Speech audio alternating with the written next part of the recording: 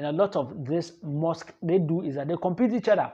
This area, our mosque has tiles, and this area comes, our mosque has this, our mosque, oh, new mosque like him, you know, they want everybody, each of the mosque is competing. They boys in each of the mosque, our mosque has this, but he forgets to think that when he falls sick, the mosque doesn't give a shit. هنا مروا وكانوا قدوة للناس. Assalamu alaikum wa rahmatullahi wa barakatuh. This topic I'm about to talk today, I am not trying to insinuate that decoration of mosque is the main reason why Zongo we are poor and we are suffering. No. There are a lot of reasons. One of them is gambling, one of them is smoking and this drug dealing, some are super betting, some are bad things that a lot of we the youth we do in our communities. One also that pulls us into drench of poverty is our expensive aure. Yes, it's expensive aure. Because if one person's aure, if they tell you how much one person spends in his aure, wallahi you boot. Some spend as huge as over 100,000 Ghana cedis just for the aure. Because what the amire will they come and dance. What the amire will wear one and come out is like 1,500 or 2,000 Ghana cedis. So, or over, beyond that. Just one coming on, and he can come like 3 or 5 times. So just there, you can calculate how much you have spent on just clothing. So before you finish and even calculate it's over 50,000. And 50,000 is capable of funding our market women in the market, Muslim market women in the market, our mothers in the market. It is capable of funding their business, over 50 of them. Yes, just because some need less than 1,000 Ghana cedis. Some with just 1,000 Ghana cedis, they can start something and they will grow. So 50,000 Ghana cedis it can elevate a lot of people, or over 50,000 from poverty. So, but where I'm going to take this discussion from is not to tell you that the creation of mosque is the reason for our poverty.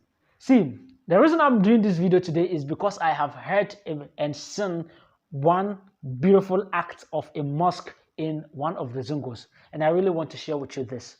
It's just a 2-minute video which I want you to watch.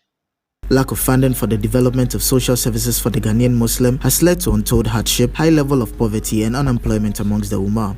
The Ummah Work Fund is set up to help in the mobilization and investment of the financial resource of Muslims to give the Muslims Ummah a strong financial backbone for their socio-economic development. This, though in fulfillment of the Sunnah of the Prophet, peace be unto him, would go a long way to augment government's efforts at providing social amenities.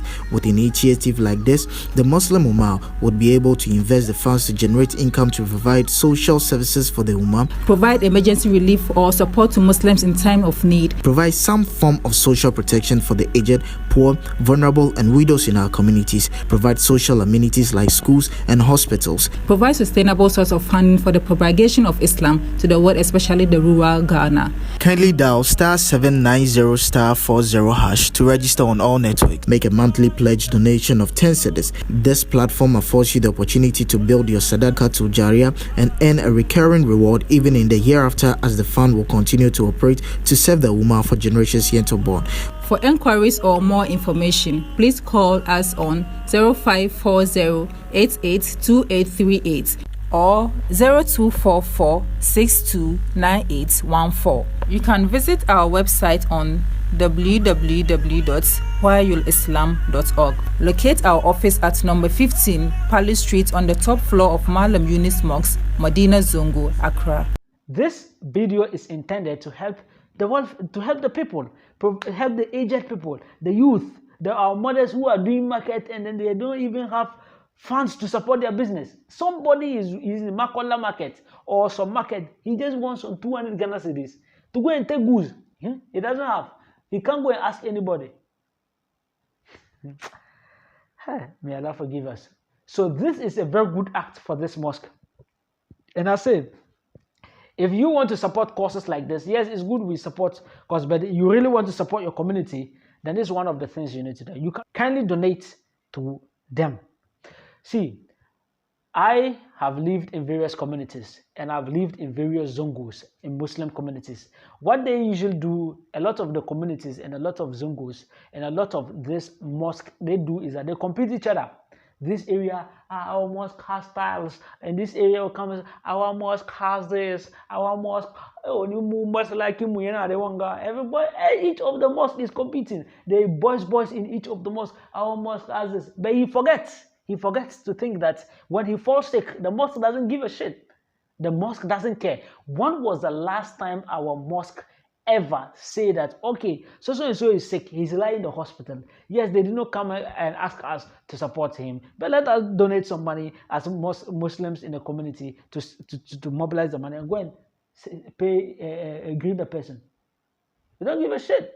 The mosque doesn't even care. There's a kid in the community who is struggling to pay his school fees, and then his father is not there, or they don't have, or his father is sick, or the person is struggling just to pay the school fees. We have primary students, JHS students, SHS students, people who are attending training colleges, people who are attending universities. They are not able to pay their school fees, but the mosque doesn't give a shit. All we care is tiles. All we care is how to decorate the mosque. All we care is how to put air conditioner in the mosque. These are not haram. But how many minutes do we spend in the mosque? How many minutes? How many minutes do we spend in this mosque that we are busy decorating? You are ustazes, you are the sheikhs, you are those closer to the malams. You and I are those in this mosque. And they teach us about the story of Umar ibn Khattab. Umar ibn Khattab didn't used to be as the Amir. He didn't, radiallahu anhu, as the Amir. He didn't used to sit in his room. No, he used to go around. And part of his rulership or his leadership is that he pays heed to what his people say. So he was going around one day and then he heard a woman complaining about hunger, about what. Umar ibn Khattab himself went to where the storeroom, go and carry food and come, give it to the woman. This is welfare of people. How many of our imams do this? In fact, the system is not even favoring the imams. Not talk of the imam to even think of. Hey, may Allah protect us and forgive. So if you and I really want to support good causes, support people, support the welfare of our community, giving back to our community, then we shouldn't just be thinking about the structure. We should also think about the people who pray in those structures. So I say, if you want to do any good, you can consider donating to these people, because these people care about people. They care about their structure, they care about their mosque, and they care about the people who live in it. And this is something that we all can emulate.